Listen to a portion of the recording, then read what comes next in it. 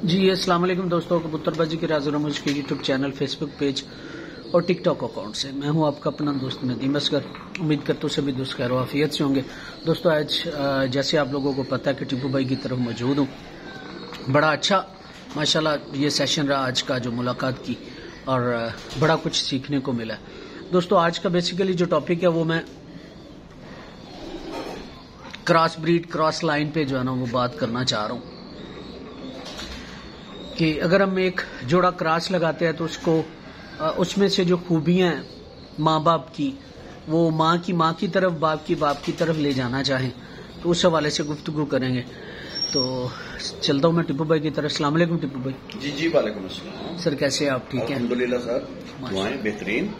اچھا سر، آج تھوڑا سا میں آپ کی طبیعت سے ہٹ کے ایک چھوٹا سا ٹاپک رکھ بیٹھا ہوں کراس بریڈ کا، کیونکہ آپ ریئر چانسز ہوتے ہیں کہ کراس جوڑا لگاتے ہیں، تو اس حوالے سے ذرا ہمیں تھوڑا سا بتائیں کہ جو اگر ہمیں مقصود ہو کراس جوڑا لگانا تو کس طرح کی کوالٹیز اور خوبیاں ہونی چاہیے جو کراس بریڈز ہیں، اور کراس کس کو کہا جاتا ہے؟ وجود کو کہا جاتا ہے، پروں کو کہا جاتا ہے، آنکھوں کو کہا جاتا ہے، یا پھر کبوتر کی کوالٹیز یا خوبیوں سے ہٹ کے نسل کو کراس کہا جاتا ہے؟ یہ سارے کراس ہی ہیں۔ آنکھ کوالٹی پر، آنکھ رنگ میں ڈفرینس بھی کراس ہے، دو نسلوں کا کراس بھی، دو مختلف رنگ بھی کراس ہیں، چھوٹا بڑا قد بھی کراس ہے، سیالکوٹی کسوریا بھی کراس ہے، سیالکوٹی بانکا بھی کراس ہے، کسوریا بانکا بھی کراس ہے، یہ سارے کراس ہی کہلائیں گے نا۔ شارکا بھی کراس ہے، کھٹی آنکھ والے ہیں وہ ڈالیں گے وہ بھی کراس ہے، پٹی والے ڈالیں گے وہ بھی کراس ہے، یہ سارے کراس ہی کہلائیں گے، ٹھیک ہے نا۔ تو بات یہ ہے کہ آپ کا جو سوال ہے نا وہ بیسیکلی میرا تو ماننا یہ ہے کہ اس وقت ہے ہی کراس۔ وہ بات پہلے بھی ڈسکس کر رہے تھے ہم، ٹاپک چینج ہو گیا ہمارا۔ پیورٹی میں تو بلڈ لائنز نسلیں اب رہی بھی نہیں نا۔ آج سے 60-70 سال پرانا کبوتر جو ہے امام دین یا جو چلے تھے ٹیڈی یا ختنگ اور زاک، فاتح خان والے پرانے زردکھے، شفیع گارڈ والے زردکھے، چینے، شارکے، اب وہ تو نسلیں رہی نہیں۔ تو اب لوگوں نے تو آج تک آتے آتے ان میں پتہ نہیں کیا کیا کراس ڈال دیے، کراس ہی چل رہا ہے ہر طرف۔ تو نسل آپ نے لینی ہے تو یہ تو آپ کی اپنی پسند ناپسند پہ ڈیپینڈ کرتا ہے کہ آپ کا شوق کس لیول کا ہے۔ اگر میرے سے آپ پوچھیں گے میں تو وہی دو پرندوں کا کراس کراؤں گا جو میرے بچے کمرشل نکلیں۔ کمرشل سمجھانے کی ضرورت نہیں ہے، بار بار ہم ڈسکس کر چکے ہیں کہ کمرشل کبوتر کیا ہوتا ہے جو مارکیٹ کے مطابق ہو۔ میں تو میرے پاس گنجائش ہی نہیں ہے تیسری طرح کا کبوتر لے کے اس کو کراس کرواؤں اور ان کا الگ کھڈا بناؤں، تو اتنا تو آپ افورڈ ہی نہیں کر سکتے۔ تو یہ کراس بیسیکلی اگر جو آپ نے کرانا ہے تو وہ آپ نے اپنی ضرورت کے مطابق کروانا ہے نا۔ ہاں، ایک سوال تھا آپ کا کہ آپ نے بلڈ لائن پیور لینی ہے، کہ آپ میرا خیال یہ پوچھنا چاہ رہے ہیں کہ پٹھی پٹھے کا جوڑا لگایا جائے یا باپ بیٹی کا، یا کیا یہ آپ شاید پوچھنا چاہ رہے ہیں؟ میں یہ پوچھنا چاہ رہا ہوں، اگر آپ فرض کریں ہمارے پاس کراس کبوتر ہے، ان میں سے اصل نکالنا تو کیسے؟ کوئی مسئلہ نہیں ہے، آپ کو اس کی بیس کا پتہ ہونا چاہیے کہ وہ کراس کبوتر کس میں سے بنا ہوا ہے۔ مثال میں دے دیتا ہوں آپ کو، آپ نے ایک سیالکوٹی نریا مادہ لے کے اس کے ساتھ لال آنکھ والا نریا مادہ لگایا، اس میں سے ایک پٹھی یا پٹھا آپ نے لیا، دونوں میں سے ایک پہ جائے گا نا وہ، یا سیالکوٹی بچہ لیں گے آپ یا لال آنکھ والا بچہ لیں گے۔ آپ نے اب اپنی ضرورت کے مطابق اگر آپ نے لال آنکھ والے بڑھانے ہیں تو اس پیڑ میں سے جو لال آنکھ والے کلر کا بچہ نکلا ہے اس کو لے کے آپ لال آنکھ والا بچہ لگائیں، جوڑا لگائیں اس کے ساتھ۔ اس جوڑے میں سے ایک بچہ لے کے جب تیسری جگہ پہ پھر دوبارہ آپ لال آنکھ والا نکالیں گے تو انشاءاللہ تعالی جو سیالکوٹی پر ہے نا وہ تقریباً 80% آف ہو جائے گا اس میں سے تیسری جگہ پہ جا کے۔ تو آپ کو پھر چوتھی پانچویں جگہ پہ پھر آپ کو محسوس بھی نہیں ہوگا کہ آج سے کچھ 4 5 6 8 سال پہلے آپ نے اس میں سیالکوٹی پر ڈالا تھا۔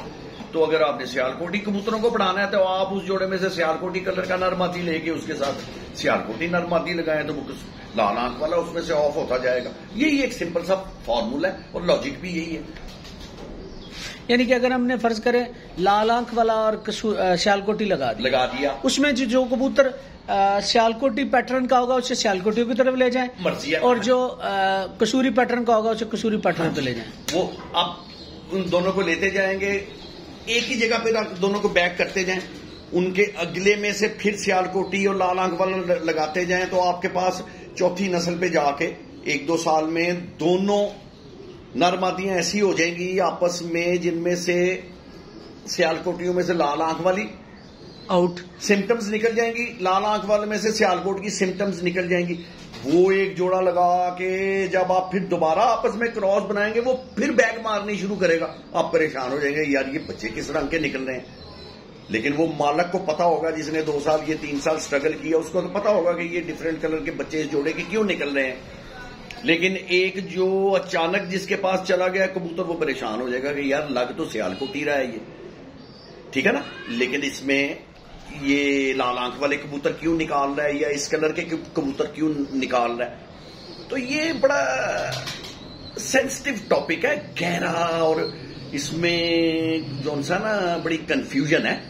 تو میرا تو یہی ماننا ہے کہ زیادہ کھپنے کی ضرورت نہیں ہے. اپنی انرجیز اسی چیز میں رکھیں کہ آپ کو کلر بار بار وہی کہوں گا کمرشل کبوتر رکھیں، اچھا کبوتر رکھیں اپنی ضرورت کے مطابق، اور اس کو اڑا لیں اڑا کے دیکھیں. اسے جو گرمی میں اڑ رہا ہے اس کو لے کے آگے چلتے جائیں. وہ لال آنکھ والا ہے، سیالکوٹی ہے، ٹیڈی ہے، کوئی بھی ہے. تو آپ نے اگر 3-4 نسل کے بھی کبوتر رکھے ہوئے ہیں اور 3-4 نسلوں کے کبوتر آپ نے رکھے ہوئے ہیں اڑا کے، تو ان کو آپس میں آپ شفل کریں، لگائیں. آپ کے پاس ایسی کبوتر بن جائیں گے جو کسی کے پاس نہیں ہوگی. اور جب آپ کے وہ کبوتر پھلیں گے، پھولیں گے، پھیلیں گے دوستوں کی طرف، 1 2 3 4 جگہ پہ جب آپ کے گھر کا کبوتر اڑے گا تو دنیا آپ کے پیچھے ہے. تو پھر ایسے ہی ہے جیسے شہد پہ مکھیاں آتی ہیں، اسی طرح پھر دوست اور کبوتر پرور جو آپ کے کبوتروں کی ڈیمانڈ بڑھ جائے گی. سمپل سی بات ہے. آج کل ویسے میں نے یہ دیکھا ہے، پچھلے آپ سے بھی میں سوال پوچھتا ہوں، آپ نے کیا ویسے نوٹ کیا ہے پچھلے 5 سال میں ٹرینڈ چینج نہیں ہو رہا؟ اب پچھلے 5 سال میں کبوتروں کی اڑان پہ زیادہ لوگ توجہ دے رہے ہیں. 5-7-8 سال پہلے رنگ روپ کی طرف زیادہ تھے لوگ، سیٹ والے ڈھونڈتے پھر رہے تھے. پھر بانکے کبوتر ڈھونڈتے تھے لوگ، بڑا بڑا مہنگا کبوتر بکا ہے سیٹ والا بانکا. اس وقت وہ ایک وقت ایسا تھا جب کبوتروں میں خرابی پیدا ہوئی، لوگوں نے اڑانے بند کیے ہیں بس پیسے کمانے کے چکر میں. سیٹ والے اور رنگ روپ پہ زیادہ زور دیا. وہ کبوتر بڑھتے گئے، اڑا کے دیکھے نہیں کسی نے، 5-10 سال میں خراب ہو گئے وہ. تو میرا تو یہی ماننا ہے کبوتر آپ تو رات کو 8:05 پہ کبوتر بٹھا کے آپ کو یقین نہیں ہوتا کہ ہم نے جیت لیا ہے. 8:29 پہ بیٹھ دیں گے اوپر. کھلا ٹائم ہوگا تو بھائی 10 بجے بھی بیٹھ جائے. ہماری چیئرمین کے ساتھ بازیاں تھی، کھلا ٹائم تھا. ادھر رسو کی میں آپ کو بتاتا ہوں، 9:40 پہ انہوں نے کبوتر بٹھایا اپنے عامر بھائی نے اور لڑکوں نے، جناب لڈیاں اور شور شرابہ.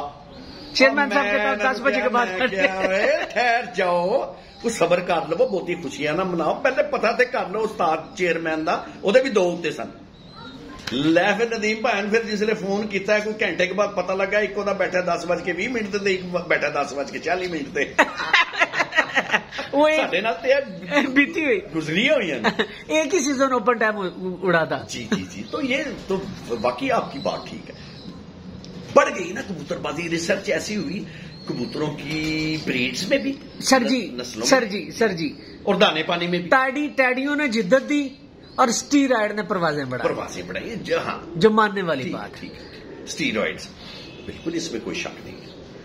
ٹھیک ہے، تو یہ اسٹیرائڈ کی وجہ سے تو پروازیں بڑھ گئی. لیکن ساتھ میں دیکھیں، میں نے نہیں آج تک دیکھا، جی کسی کو میری اگر بات بری لگے تو میں معذرت ایڈوانس میں کر دوں، میں نے نہیں آج تک دیکھا کہ ٹیڈیوں کے بغیر ٹمپریچر میں 40+ ٹمپریچر میں کوئی کبوتر، ان کے ساتھ ٹیڈی نر یا مادہ ہونا لازم ہے تو ہی شام کو جاتے ہیں. شام کو صحیح بات ہے، ہمارا بھی ماننا یہی ہے.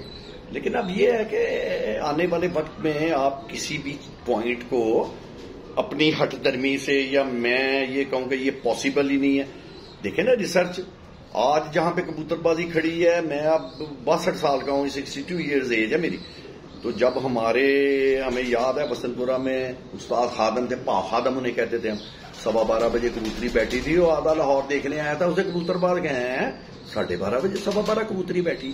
لوگوں کو بادام دینے کا نہیں پتا تھا کہ کیسے خوراک بناتے ہیں، کہ بادام بھی دیتے ہیں کبوتروں. لیکن ایک وہ وقت تھا. لیکن اب آج کے وقت میں دیکھیں آپ، تو 12-1 تو کوئی ٹائم ہی کوئی نہیں ہے. بے شک کوئی اس ٹائم. وقت جس دور کی میں بات کر رہا ہوں اس وقت کبوتر بازی بھی محدود تھی.